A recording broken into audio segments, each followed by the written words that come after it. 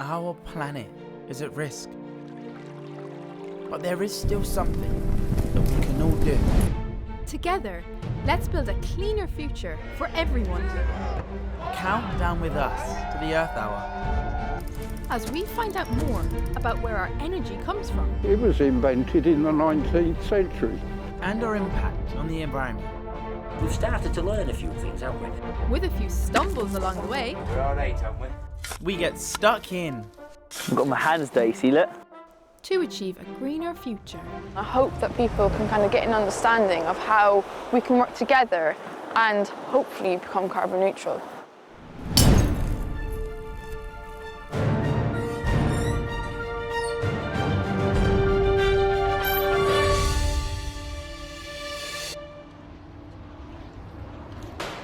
In less than 20 minutes' time, Earth Hour will begin. Millions of people around the world will turn off their lights to raise awareness and to save energy. Welcome to Countdown to Earth Hour. I'm Kamal. And I'm Amy. We are joined by Teresa, who is an expert in energy production and sustainability. And we're joined by Hannah from Community Energy London. Lovely to have you here today. Really great to be here. Thank you. Teresa, how important are events like Earth Hour in raising awareness of this cause? I think Earth Hour is one really important event. Everyone can do it. It's fairly simple to do. So it's switch off the lights. That's it, basically. There's over 8,000 hours approximately in a year, but there's only one Earth Hour. So how much of an impact can an event like this actually have on us? Well, it's just one event that takes place.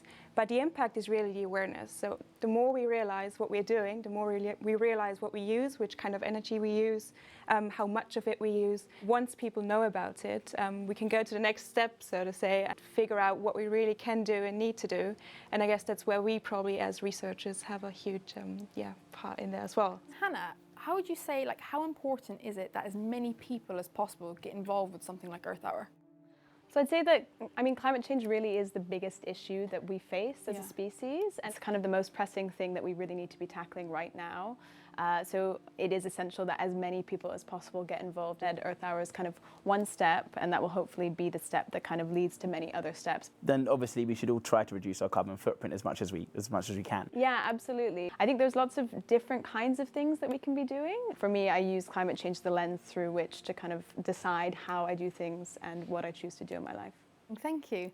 Now, in order to reduce the carbon footprint whilst making this show, Kamal and I set out to do our own bit, and we could say it was interesting to say the least. To say the least, I did something with a tree, and you Did something with a bike. Let's take a look how it went. Amy's left a tree for me to plant, but I'm a little bit worried because I have to carry it quite a long way.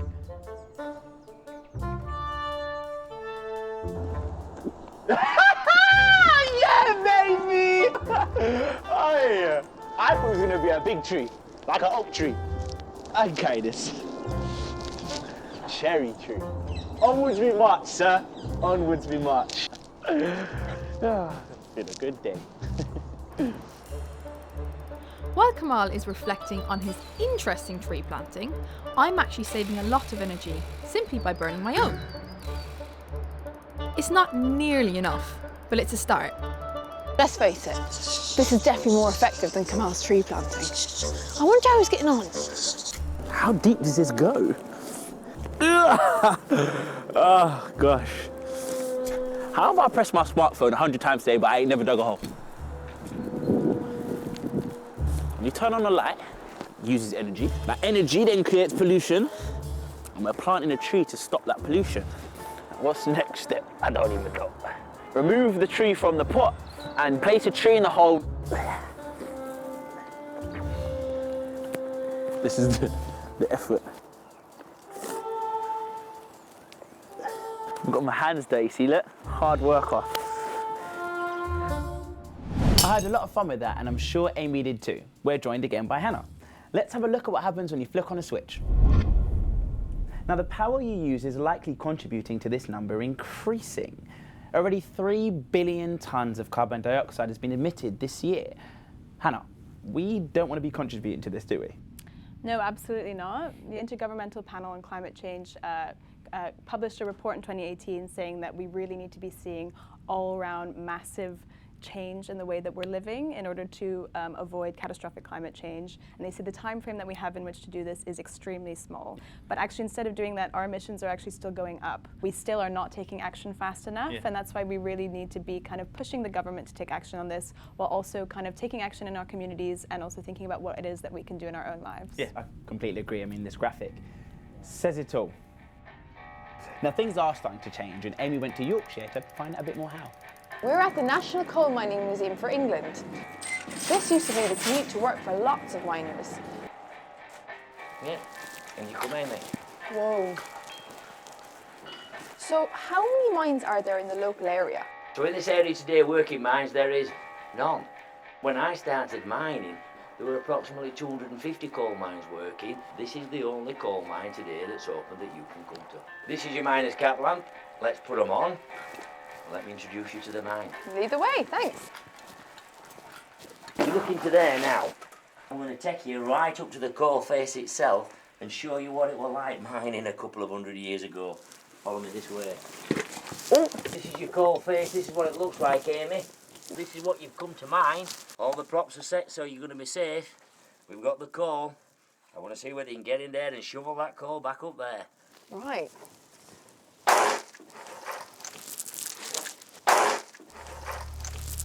As someone who's relatively environmentally conscious, I can't help but think this is a fossil fuel. But when you kind of think of the hard work, you have to understand that families did need to earn a living. So evidently, Steve, this has been a massive part of your life. The world is changing. What's your view on that? If you go back to this period when we were mining, very little was sort of put into sort of green energy, etc. Whereas we've started to learn a few things, haven't we? Coal helped fuel the Industrial Revolution. In my view, it put the great into Great Britain. You know, you look today in England, there's no more working coal mines. The last coal mine in England shut in December 2015. So this is an industry of the past, you know, we must now move forward. I'm joined again by Teresa. It's great to see that we're moving on from resources such as coal, but we aren't quite there yet. This is the amount of electricity that we're still generating from resources that have a similar impact on the environment as coal. More than 300 million megawatt hours. These resources are running out though. Have a look at this. That may seem like a lot of days, but in reality, that's only 43 years. 43 years before we run out of oil. Now, that's not that far away. What do people need to do in order to adapt to such a change? Well, I guess there's many things we can do, and it's not just people, first of all. I mean, surely we are the drivers of change in the beginning, but then, for example, the government, which really needs to act on behalf of us people. And for example, when you think of it, green energy, it's not just, you know, you can't say it's just there. Yeah. And it won't pop up from nowhere. You have to build the infrastructure, you have to finance the infrastructure, you have to make sure it actually works out. So we found that one of the solutions actually comes from the past, and Amy went to look into it.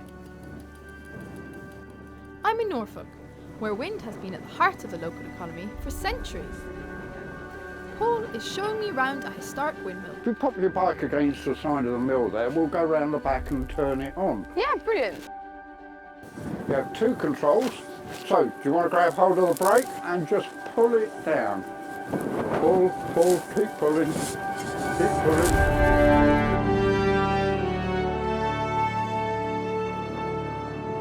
And let go. Oh, there wow. you go.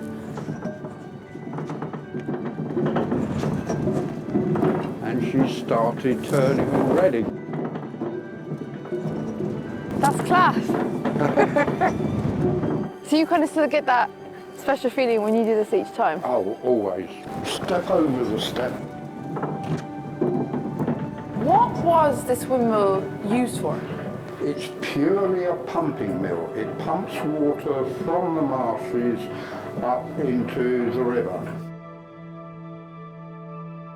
One of the ironic things about it is nowadays we pump the water using electrical pumps. And of course we're generating electricity using wind. Wow. The views are insane. Absolutely. You can see for miles and miles up here. It would have all been drained by these mills. What does it actually mean to you, looking after this? Once you see it turning, it really does bring tears to my eyes. It's incredible how some communities like Norfolk have been reliant on carbon neutral energy for such a long time now. However, other communities aren't so much reliant on it and are having a negative impact. Hannah, you work with the Community Energy London. Can you tell us a bit more about what community energy is? Absolutely, yeah. Community energy is something that not many people have heard of, but it's actually a really great way for people to take action on the climate crisis in their local area. People kind of come together and set up an energy project. So that can be installing renewable electricity, so solar panels. Here in London, it's usually solar panels. Could be implementing energy efficiency measures. So switching out all lights to LED lights actually can have a massive savings. So I strongly encourage, you or anybody else who wants to take action in their local community to think about setting up a community energy project. Thanks, Hannah. So after visiting a windmill, Amy went to visit some wind farms to see how renewable resources are being used today. I'm at the place where the UK produces a lot of clean carbon neutral energy using wind power. This wind farm provides around 43,000 homes in the local area with renewable energy. As impressive as that is, there's still a lot of work and development that needs to be done, especially if we want to achieve a 2050 carbon neutral Britain.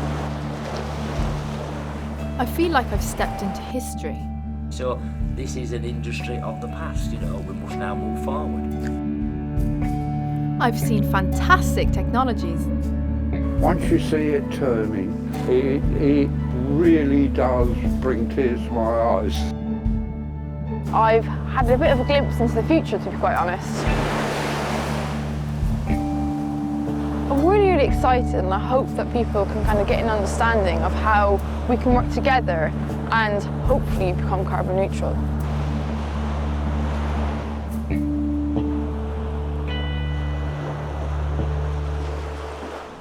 The thing that struck me is that single wind farm powered 43,000 homes.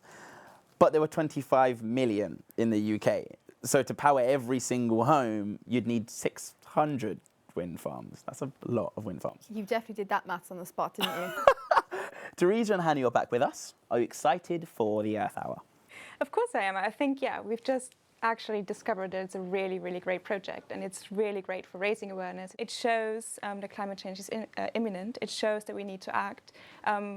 But we can't forget that it's just one tiny fraction of what we need to do. I have actually been part of Earth Hour before, but when I was much younger, and that was, before I kind of really fully got into environmental activism. And I hope that maybe this Earth Hour will introduce lots of people, but that they'll also be excited to be kind of taking further steps. We're getting closer to Earth Hour. Yes, we are. We're just moments away from the big event. Join us with the Earth Hour and remember to turn off all your lights. I'd like to thank you both very much for joining us. And guys, remember that together we really can make a difference. We're almost there. In 6, 5, 4, 3, 2, 1.